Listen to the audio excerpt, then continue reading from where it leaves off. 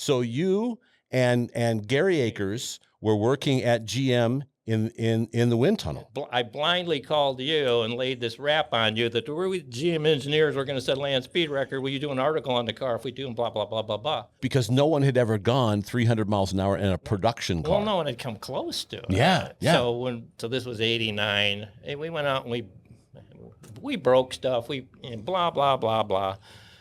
Cut it short. At World of Speed, we went 296 through the mile with a 298 exit. Wow. And our 298 exit. Wow. And our analysis on the card predicted it'd go 300. And so as engineers are going, we're within 1% of our target. That was pretty cool. That's a win. Good. Yeah. That's a win. Because NOS was sponsoring us, so we had 4 15-pound nitrous cylinders in the back. Hey, welcome to Car Guy Confessions, brought to you by ARP. I'm Jeff Smith. This is my car buddy Cam Benty and car builder Steve Strope, and we're going to tell you some stories.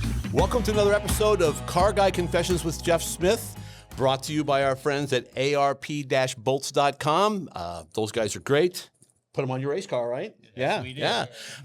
Cam Benty, who's on the other side. So right. Don't be totally confused. This is not balance. Steve incognito. Actually, Steve Strope. And then Karl Staggemeier, our special guest. So we're gonna rock and roll with this thing. We're gonna have two big stories to talk about, and we're gonna tease you with all this stuff in the front. We're not gonna tell you about that right now, we're not gonna. We're just. Is it it's a drinking cool stuff. vessel? It is very cool. It is very cool. Very but good. what I really want to start with is your adventures.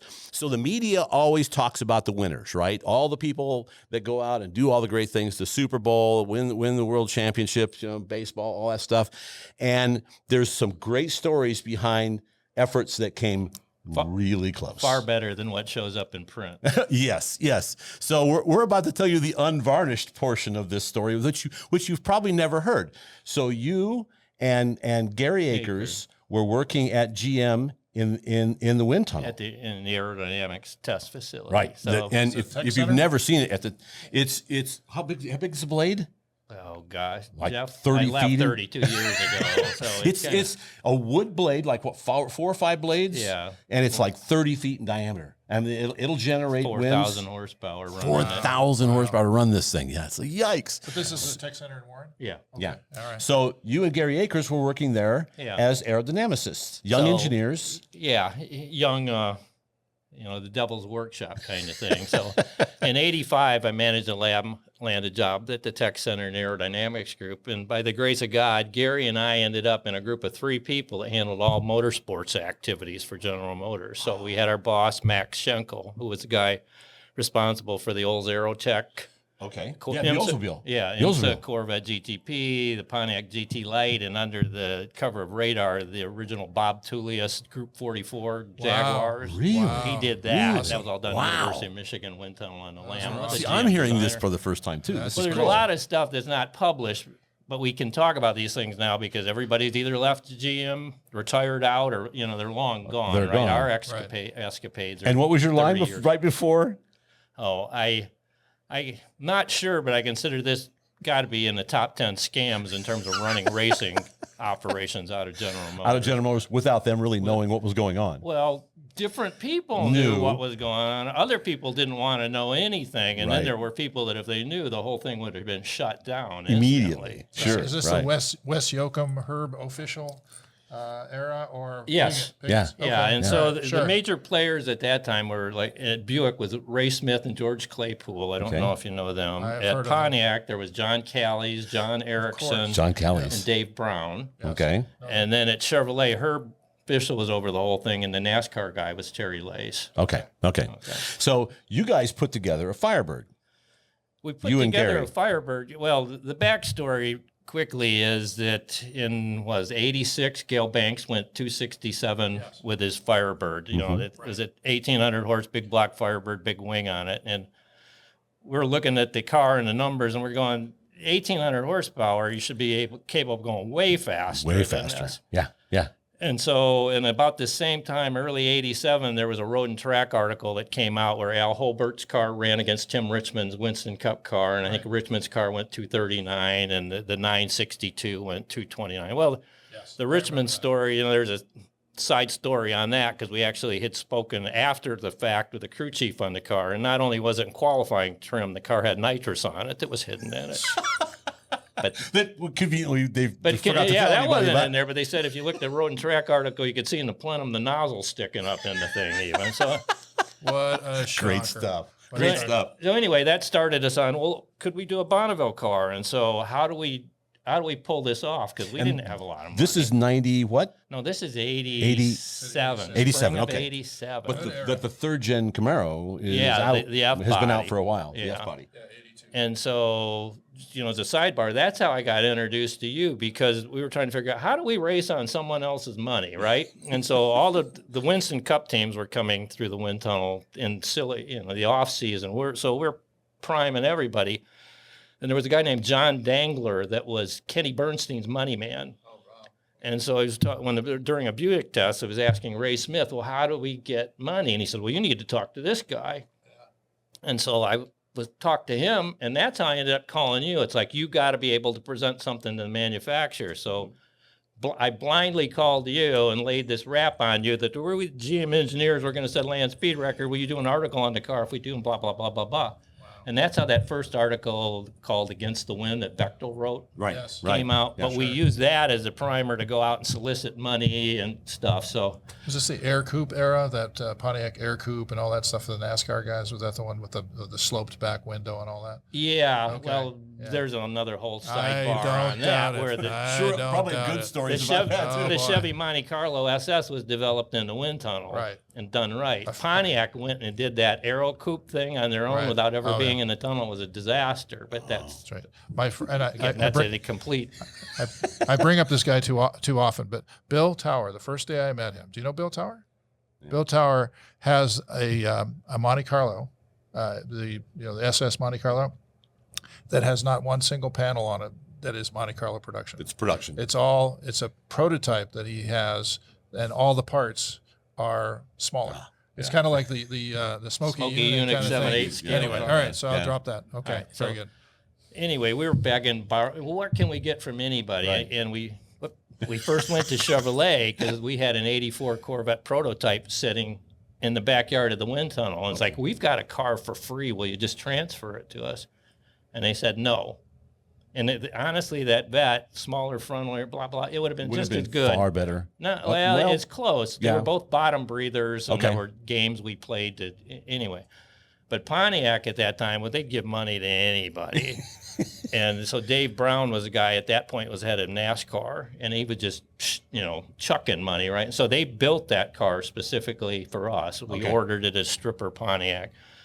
And we had gotten involved with a company in Troy called Entech, who had actually done the prototype Fiero stuff. And so that's where we ran into some characters that were going to, we're going to build 50 limited production cars on this. And we're young, naive engineers thinking, these guys love us. We're going to go big time. And that whole thing went sideways because they couldn't get put any money in. And then that turned into, well, what are we going to do? And we tried all sorts of stupid stuff. We had Randy Watine, one of the designers at GM, did a layout for us at the time. This is pre-computer stuff, right? And so we went to, there was a radio station in Detroit called WLLZ, Detroit's Fastest Wheels. And so we went and pitched them, we'll go do a remote at the Bonneville Salt Flats with us. And for some reason, we thought Ted Nugent was into cars. And it's like, Nugent can drive the car. We don't care. Just think about that for a second. Ted Nugent behind the wheel with 200-mile-an-hour Firebird. It's like, yikes. So anyway, that didn't get anywhere. But we kept noodling along, and Pontiac came through big time with support, and Blue Max Racing with Rusty Wallace's team at the time. Okay. Yeah, because he was in a NASCAR by that Yeah, time. Yeah. well, that was the year he won the championship. Okay. So And so they built one special all-aluminum motor for us, which we blew to bits, and then another backup motor, which we blew to bits, which there's this, the story behind that is they Right. were going to send an engine guy to support us because we were Aerodynamics. We don't know anything about engines, right? And it's like he couldn't make it because they were in the hunt for the championship. yeah. So they gave us some cryptic instructions. And, the sad story is it was a dry sump engine. You fill the dry sump with X number of quarts, you run it, and then you fill it, you finish it. They never told us about the second Part of it. So the car would run 2 miles before it ran out of oil. So when we went out in July and ran a short course, blam, blam, brilliant. And we went out in August for Speed Week and just blew everything to Grenades. bits. So it's like Dry sumps can fool you, yes. yeah, but anyway, and it was like, well, we love you guys, but we got something more important going on. So now we're coming up on Speed Week, and it's like we're dead in the water. And that's when we got a hold of Ericsson, because Ericsson and Callie's at that point were at the Mesa Proving Grounds. Okay. And Brown was back in Detroit, and Ericsson made some calls, and Joe Ruttman's semi shows up with an engine in the back. He said, okay, this was a Paul Vanderlee engine. Mm-hmm. And so this is like the day before we're leaving. And at that point, the car had migrated from Intech because we had a falling out and was actually in the basement of the wind tunnel hidden away. Okay. And so we slammed the motor in the car in the wind tunnel there, and people were used to seeing car haulers show up so it was nothing to see cars coming in and out. Right, so right. that was our cover, if Yeah. you will. And anyway, we ended up finishing dressing the car and going out and running it. And what were the records. numbers on the car, the aero numbers on the car? It was a 1.9 when it was all done.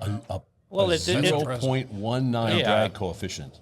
But it was Because factory on that Firebird was probably like 3.3? it was in the low Something like 3.3? low threes, and with mirrors and all this other Yes. stuff hanging out. they actually advertised the 2.9 ones, but they did by cheating it with sandbags and doing some other and lowering things, it down. Yeah. if you will. But the whole thing was a testimony to that third gen F body shape. Right. Right. Because it was ridiculous. It was very sleek, and all we did was we popped the mirrors, we dropped the car down on the ground, and we cut the cooling flow off because it was a bottom breather. Sure, You didn't have to sure. worry about the grill, right? Right, So we pulled the air dams off. We had a little cheater Pontiac and a Motorsports air dam that dropped things down. So yeah, So 1.9. 1.9. That's amazing. Now, is that the way the car ran? Or Yeah. was it slightly dirtier than that? No, that was it. 1.9. And so we ran, 232 with a 650 horse Winston Cup motor.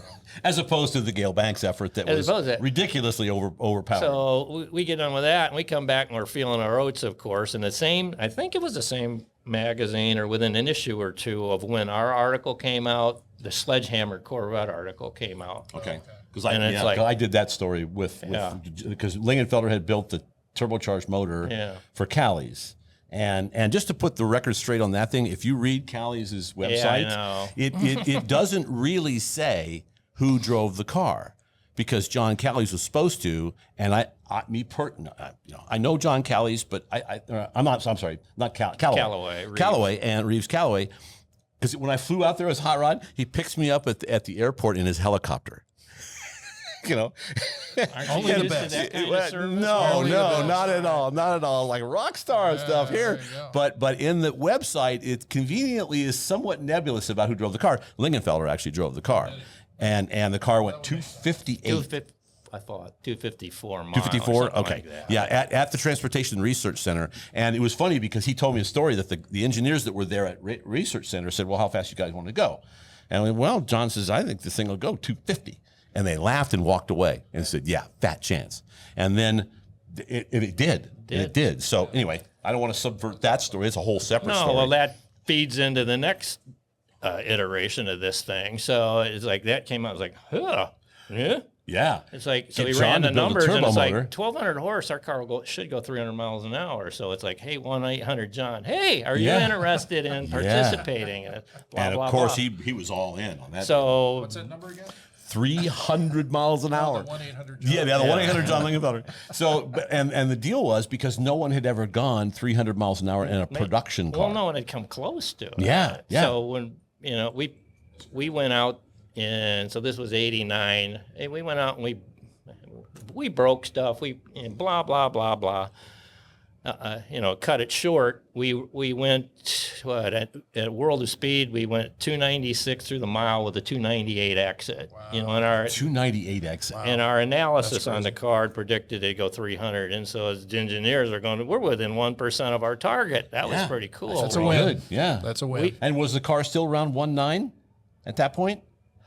Yeah, it wasn't significantly different. Wow. I mean, it was. That's just if you know anything about aerodynamic numbers, that's That's a ridiculous number. Well, you remember at that point the thing was pretty crazy dialed up, right? We had an air to nitrous oxide intercooler because NOS was sponsoring us, so we had 4 15-pound nitrous cylinders in the back that were dumping through the intercooler. Which the tech inspectors were convinced was you were pumping it into the engine. So we ran fuel coupe. We didn't care. And they didn't care. John Bechtel did that nitrous intercooler, but in a non. He did CO2. He did it with CO2, but they thought it was nitrous, and he had to just run seat gas. Right. Yeah, exactly. Yeah, but anyway.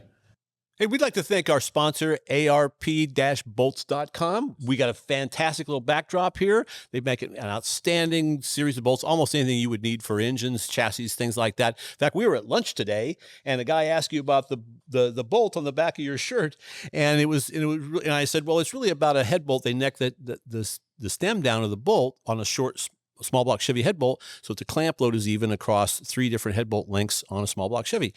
And, so that's the kind of technology that you get out of ARP. And we've all got stories on all that stuff. For a translation of what he said, call ARPbolts.com. but the message is that you can't get any better than that. No, you cannot. There you go. Nope. Excellent.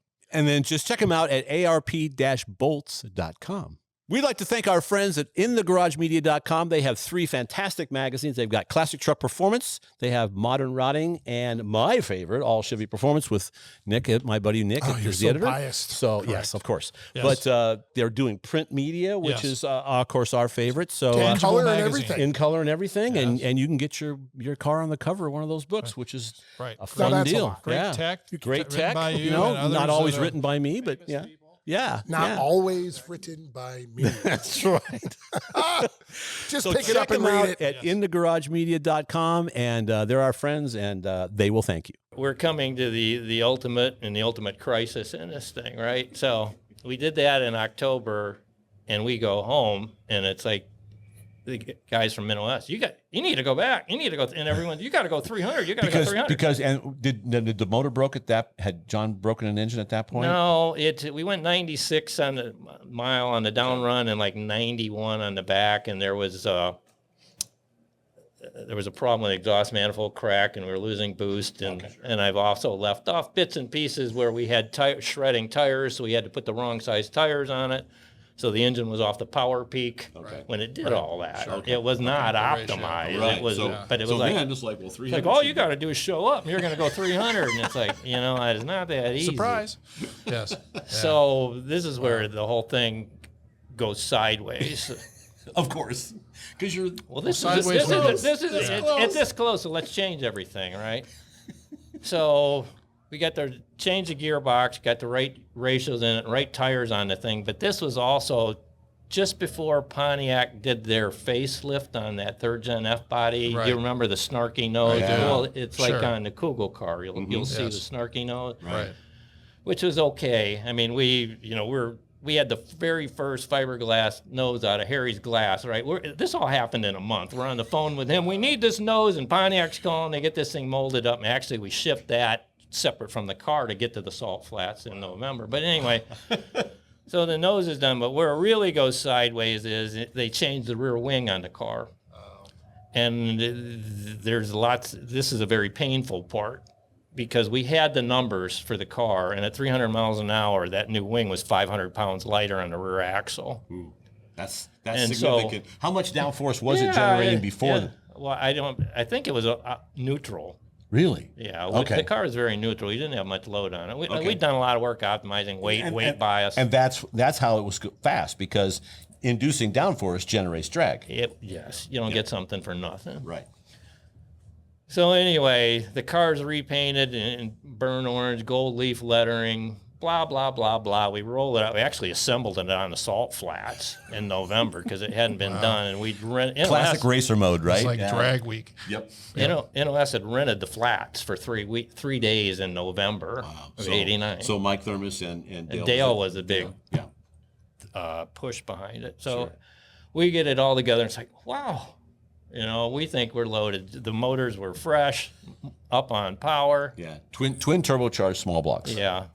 And well, I think we were a little over 1,200 at that point. He said, I had bigger turbos that would make 14, but they wouldn't fit under the hood. And it's like, well, we don't, we didn't need to do that Right. for Right.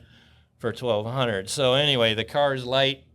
in the tail end, and the driver goes out, and at 240 loses it and spins it. And I still have this grainy VHS video of the car flying through the air. So it did. It pirouetted. We ran this in illustration. Yeah. We had Joe Gable, I think, do the illustration for us because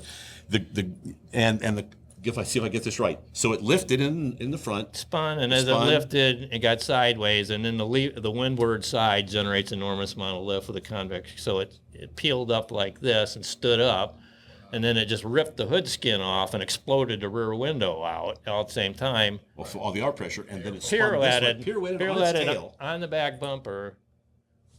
And landed at 240, 250, and landed on the wheels and spun off. And I've got all sorts of stills where you look, Wow. the rear What a fascia ride. on the car, you can see the grind marks where the thing was literally grind on the on the back pirouetting bumper, on the back pirouetting bumper. on the back At bumper. 240 miles an hour. And he was the comes- driver was okay. And come back. Well, there's always been that question mark. Was the driver okay? Relatively. Bits of them are okay. Physically unscathed. Let's go with I it. read he said he just closed his eyes, right? So am I hearing that It's a somewhere? therapy thing. I don't know. That's what I would have done. I would have gone, okay, I don't want to see this anymore. But it's like this is our dreams, poof, Yeah. right Yeah, here. yeah. And then we hauled the car back to the hangar there at the airport. We got it up in the air, and we went through it. It's like, there's nothing wrong with this thing. I mean, the hood's gone, the rear windows are gone. Right. What are we gonna do? Yeah. And it's like, so Rental car. well, you're not too far off, because I don't remember her husband's name, but Mary West was the woman that was integral in the USFRA, the Utah Salt Flat Racing Association. I think they were in Provo or something. Anyway, we're calling, what are we going to do? We're calling around, and we call them. They have a repair shop, and they said, well, we've got an 85 Firebird in here that belongs to a girl we know, and she's not here, but we don't think there would be a problem. So we sent somebody in. They got the hood and the rear window and rear wing off her car. Well, at the same time, we called back to the Aero Lab to talk to some guys we knew, because it wasn't the same wing we had. And it's like, what are the increments on this thing? And blah, blah. And it's like, hey, this could work. Yeah. Wow. So we patched the whole thing together, and it was just ugly. A brown hood with bolts sticking up through it and hold it on. And I see this some of those in my patchwork neighborhood sometimes. thing. And this is the heartbreaking moment, right? Okay. So the car, He's ready. it's ready. Yeah. We had 3 days rented, flew it the first day, repaired it the second. The third day, it's ready to run again. Wow. And we had never stopped to think about the psychological impact of the driver nearly killing himself out there. We were just so focused on putting the car back together. We just And just bolting back get in the car. in there. What the heck's the matter with you? Get out there. And so, light it, poof, takes off. And due to a prior incident we'd had back at Speed Week, we had changed that air to nitrous oxide intercooler. We originally had it set up to go up wide open throttle. Well, he hadn't gotten to wide open throttle till way down the course, and we detonated something. So at this point, we changed to a manual switch. All you have to do, Oh, just flip the switch. is I've flip been the there. switch. I've been there. And so the story as it was told us was 2 miles out, you heard the motor rattling. And this was a very loud turbo. You would never know this motor was a turbo motor. The exhaust note was so loud. But he said he heard it rattling, and he just flipped the intercooler out and flat-footed it all the way down through. And so it ran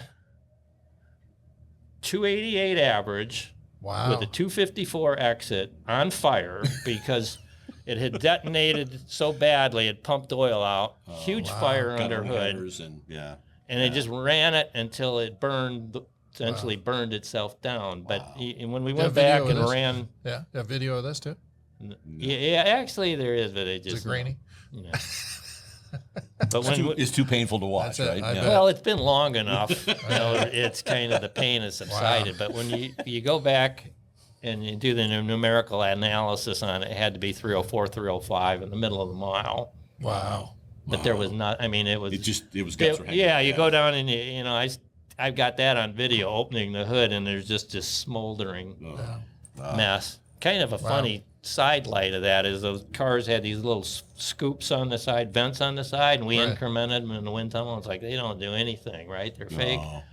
And our car, after it burned, there were big burn marks down the side with the flames coming out of them. It's like maybe they did do something after all. I don't know. That's right. It's like a telltale on a wind tunnel scale. Or a tachometer. Exactly. It's over here. Or just those so ones that with was the stream. tail end of the great Bonneville venture. But you went 296 at one point. You were this close. Yeah, the measured mile was 296 on the down run. And That's a win. 2 miles an hour. That's a win. Because eventually, Kugel went 300 with essentially using all of the information that you guys generated. Kugel's car was the old Dave McDonald car. Right, Curly McDonald. We'd been involved with Dave since before, just as we were getting in. Dave had the same wing that Banks had. That's how we incremented. Like, holy cow, this is But he like, was trying to do it with a 500-inch big block and nitrous, right? Right. Yeah. But it's like, Dave, you got to get that off. It was like, I don't know, 450 counts or something. I mean, it was just like dragging a sheet of plywood. And so, we helped Dave as best we could with all that. And there were, our car was not us. There were a ton of people. Sure. Pontiac had some Winston Cup suspension guys involved helping us set up. We got involved with the wheel and tire group at GM doing rolling resistance models. Really? I mean, there were so many people that fed into that thing. Right, but the greatest, like I said, scam aspect of this thing was the fact that we ran it for a year and a half out of the basement of the GM wind tunnel, because the wind tunnel is a divorced building from everything else at the tech center. Okay. And there's cubby holes scattered around there and whatever. And you just hide it in the corner somewhere. Well, there was an area of car storage under what we called the diffuser, which was just downstream of the test session. And the guy that was a facilities manager was one of the ones that was in cahoots with us. So he helped us set up some barriers there, so the car was hidden. And the last don't open that curtain, dude. Well, Don't look at that man behind the curtain. The last note on that is the guy that I told you, Max Schenkel, was our boss, the Aerotech guy. He knew we were kind of up to, and it was kind of like he didn't. Plausible deniability. Well, yeah, right? he thought he was kind of cool and was clever, but he just didn't. He didn't want his fingerprints. And one day he called me into his office because he had no idea what we had going, and he said, "That's quite an operation you guys got out there." I don't know anything about it, and I don't want to know anything about it. And when we were talking earlier about culture within General Motors, the guy who was the overall person in charge of the wind tunnel was a fast tracker, right? And what GM would do at that time is they'd run somebody through. You're stationed here for 18 months. You're in charge of this, and we're going to move you here. Then we're going to move you here. Right. To give you a broad perspective on what GM does, and then boom, up the And this guy was the epitome of hear, speak, see. No, I don't want to know what's going on in this place. I don't want anything. I'm here for a year and a half, and I'm out. I don't, and because what that is pure self-protection. He's there to, I don't want to know what you guys are doing. That way I can't be held accountable for it, because if I'm held accountable for it, his career crashes. Well, it's funny because there's a story that we did with Vince Piggins when I was doing the Corvette Fever deal, that when they were doing the prototyping, they actually had 68 L88 Corvettes at the time, and so they got it out of stock, right? And they called for it back, and they hid it for 6 months. And what they had done, the story came out many years later, that they had put it in the basement of the tech center, but they were paying the elevator guy to have one of the elevators be broken. They pay him $20, and it would be between floors. It wasn't like it was on the bottom. It wasn't on the top. It was a broken elevator halfway up, and that's where they stored it for 6 months, because they used to go to Woodward with it on Saturdays and Sundays, and they would burn the tires down, and then they get a new set delivered to the tech center, and they would just go testing. So they kept it between floors in the elevator in the tech center. So I'm sure ours isn't the only entertaining. No.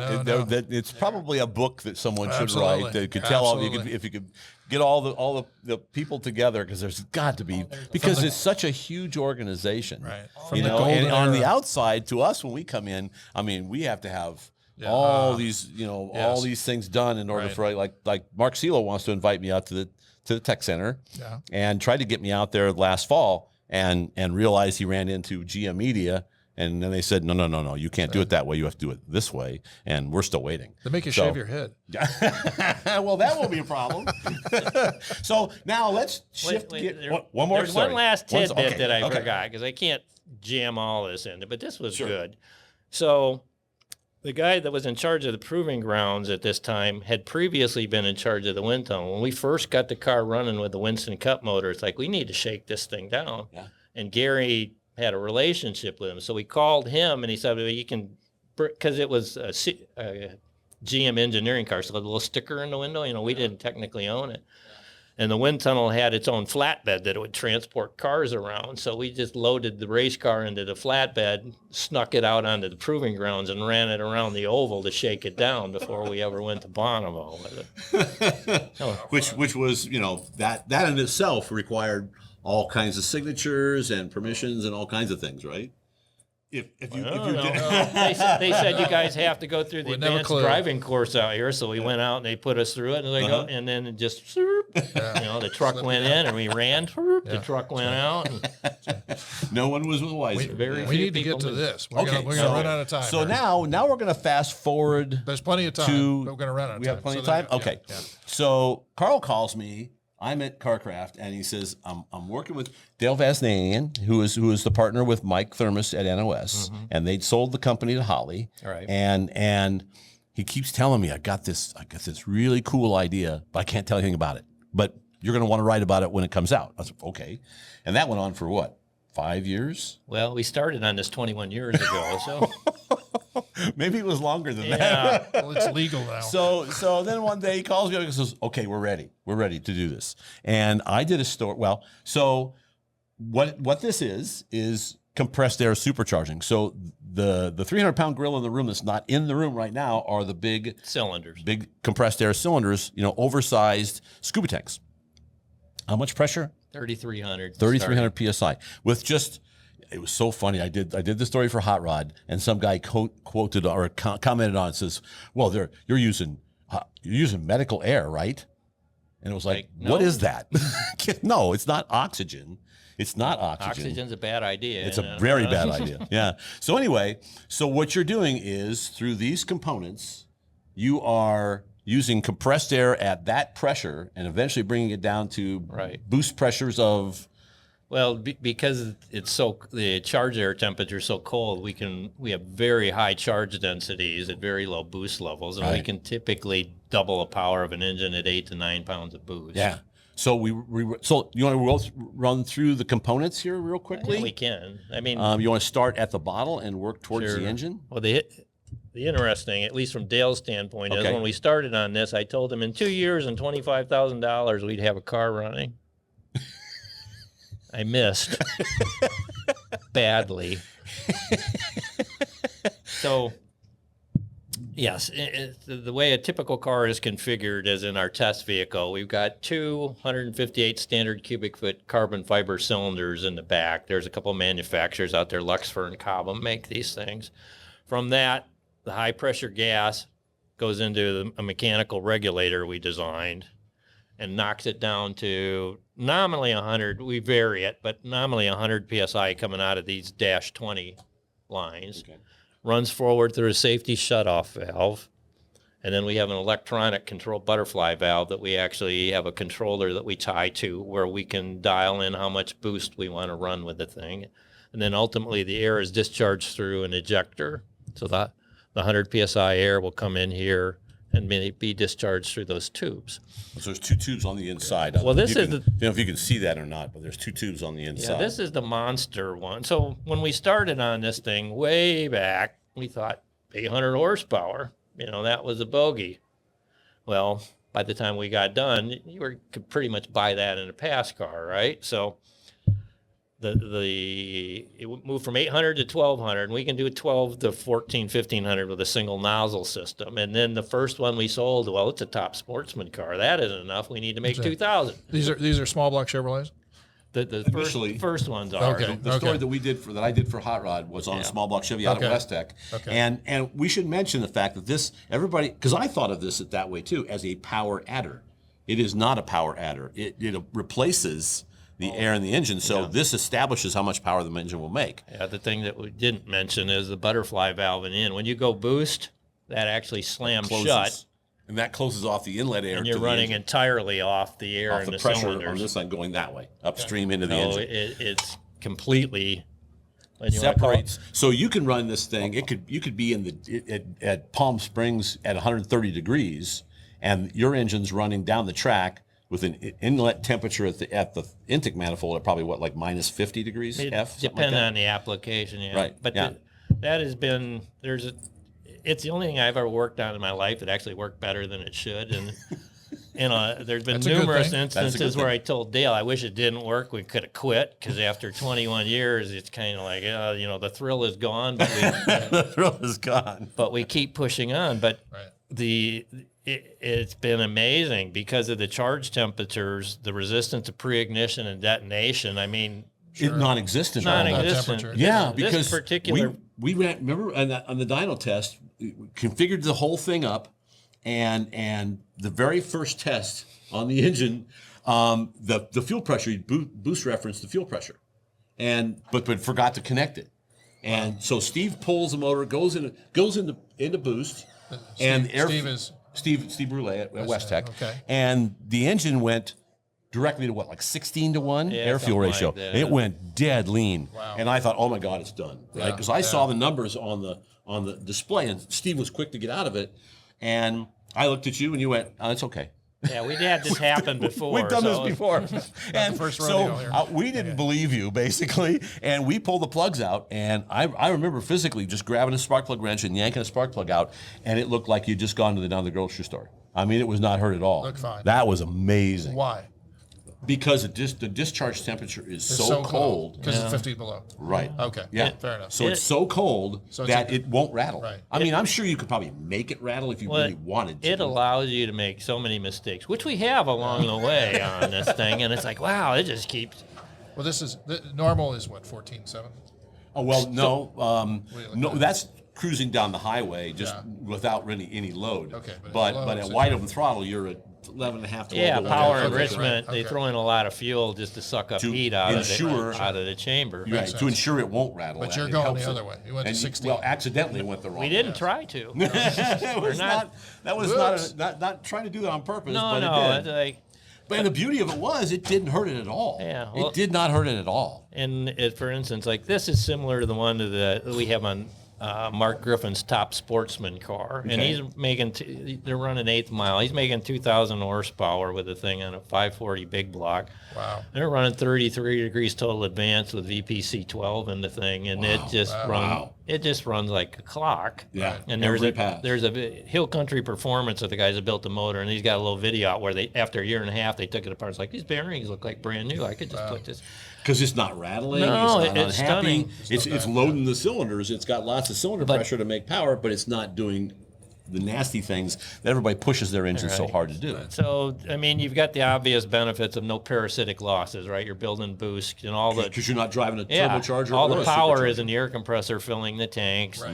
Right. and you can run MBT timing with the thing because you are not worried about rattling it. But what has really stunned us is the consistency of this thing. Like Mark's car, there was one race he won this year where he had 4 or 5 rounds back to back to back to back within 8 thousandths of a second. Wow. And the car is Wow. actually, there was an instance where amazing. he ran 3 different times at 2 different tracks, and it was within 100th run to run to run to run to run on that thing. And how quick is that car?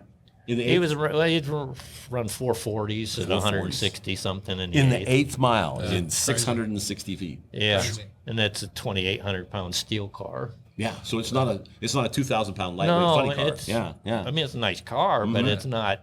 Super light. Yeah, but Yeah. so it's been. And this is totally streetable.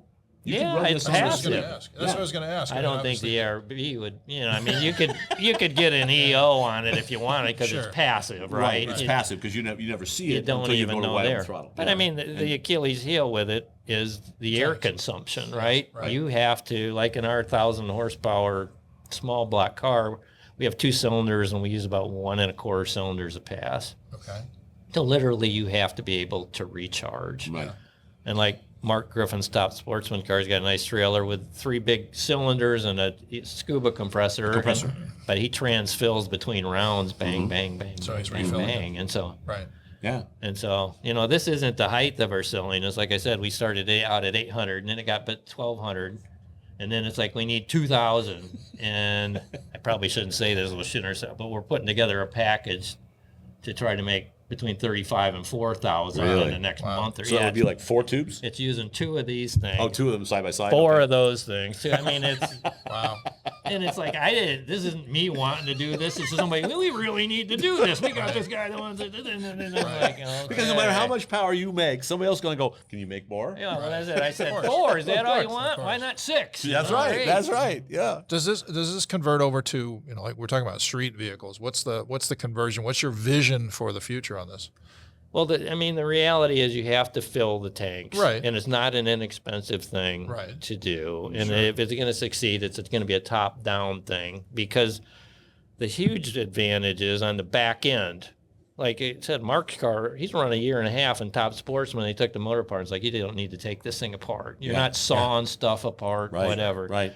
So there's an initial higher cost inlay or outlay to buy the components, although actually the components are cheaper than you could build a system cheaper than you can a comparable, whether you want to do a supercharger. But your support equipment, you're going to have $10,000-$12,000, because like we use a $6,000 Bauer scuba compressor, because Bauer is I won't say Cadillac anymore, but like the Mercedes compressor. And then if you're going to fill quickly, you have to have a couple big cylinders. So you pump those up with a compressor, and then you transfill from those so you can quickly refill the car around. And, that's a fair amount of monkey motion. And it's only, racing is monkey see, monkey do. You got to have somebody that really succeeds. And then everybody else will get on board. Yeah, Mark's success last year has opened eyes, and there are starting to be, people come online with the thing, but it's... Yeah. The 21-year overnight sensation. It's really interesting though, because this is it is so cool, because like I said, you can make mistakes and it won't hurt the engine, because essentially what happens is the inlet air temperature is so cold that it just prevents the engine from detonating, basically. So we'd like to thank our sponsor, ARP, and ARP-bolts.com. And we all 3 build cars. We all work on this stuff. And I tinker. You tinker. I tinker. Yes, we all build. Yeah, and you know what? It's kind of a really cool multiple purpose fastener for me, because there's all the science and all the technology, which is bottomless. Trust me. Unbelievable amount of research that they put into these things. Absolutely.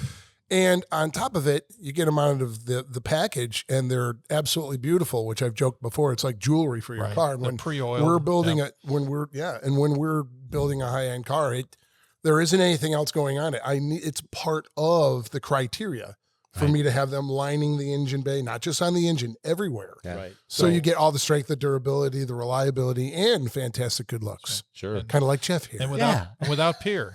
Without peer. And you know what? Or pairs. Without peer, there's nobody else that does what they do. It is. So check them out at ARP-bolts.com, and they can help you out. So more about the race car. Right. So Mark Griffin's Top Sportsman car, we connected with him, late 2021. Okay.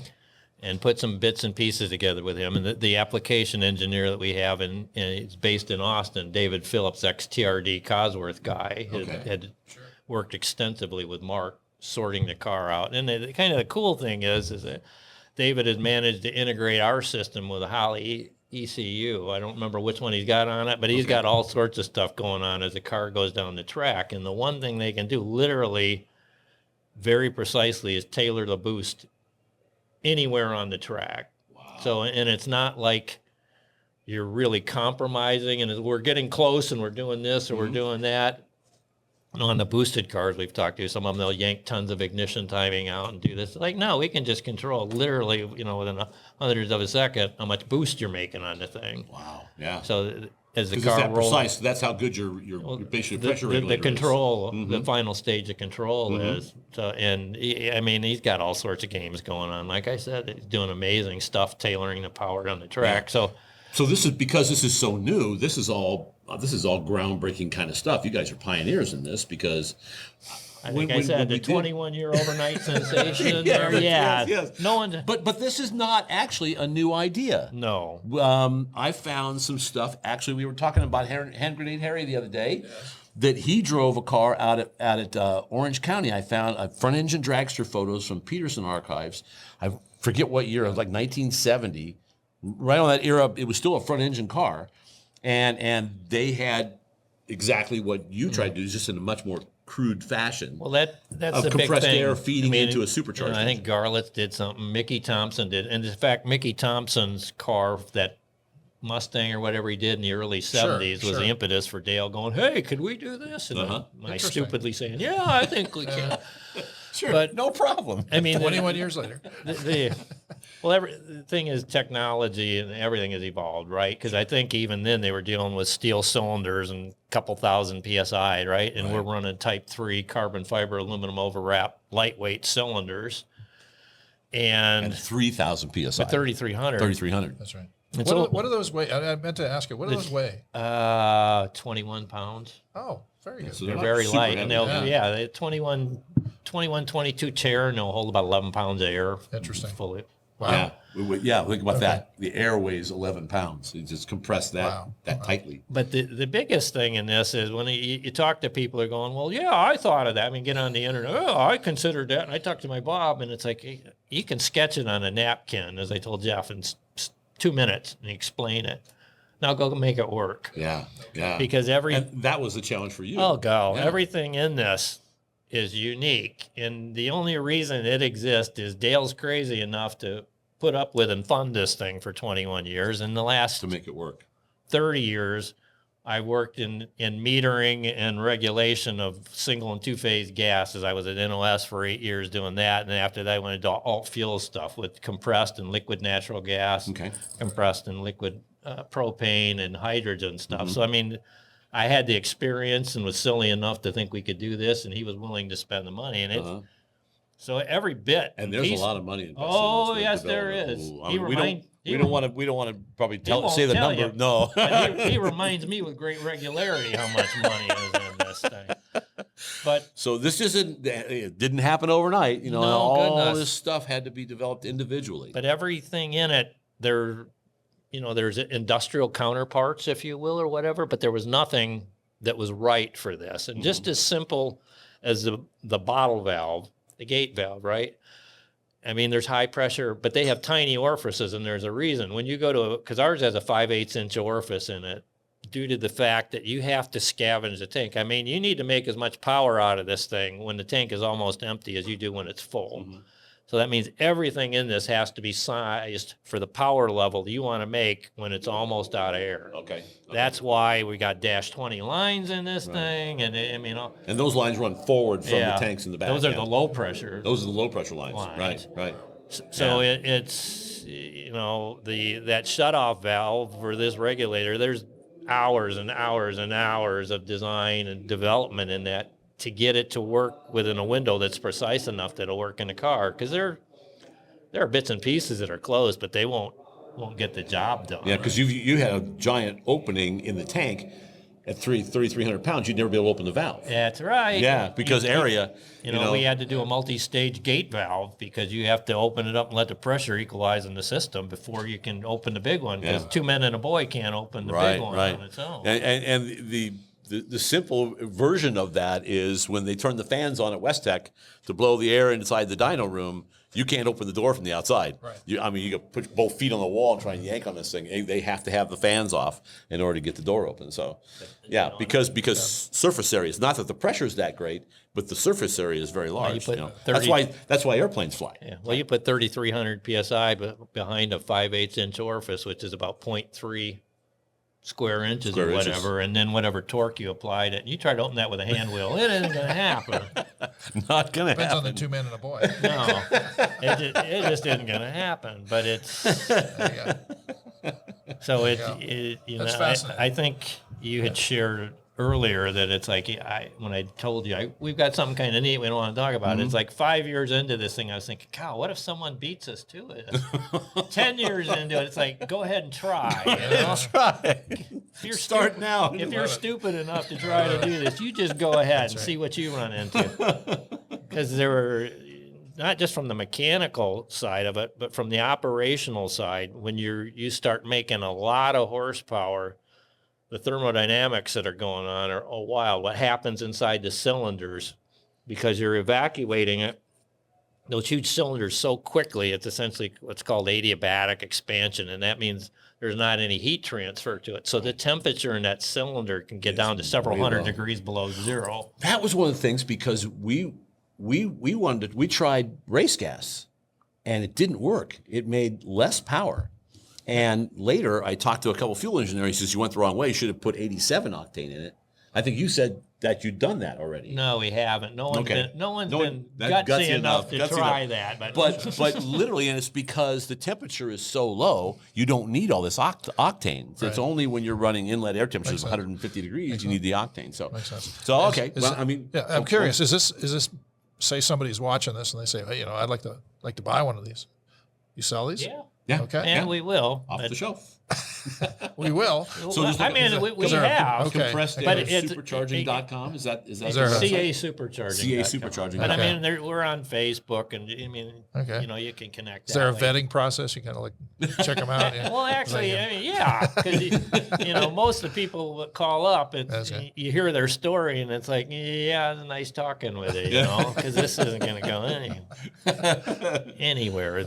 Okay. All right. Well, this is great. This has been a lot of fun. Again, thank you for showing up here. This has been a great story, and we'll just keep telling these stories. We want to thank our friends at arp-bolts.com. Couldn't do it without them. And we'll keep telling you stories. And the guys at Grand National Roadster Show. Yes, because they're helping us out, giving us this little place to film. And you probably heard some stuff in the background because the show is going on while we're here. So we're all having fun, and we hope you enjoyed this show, and we'll just keep telling you stories.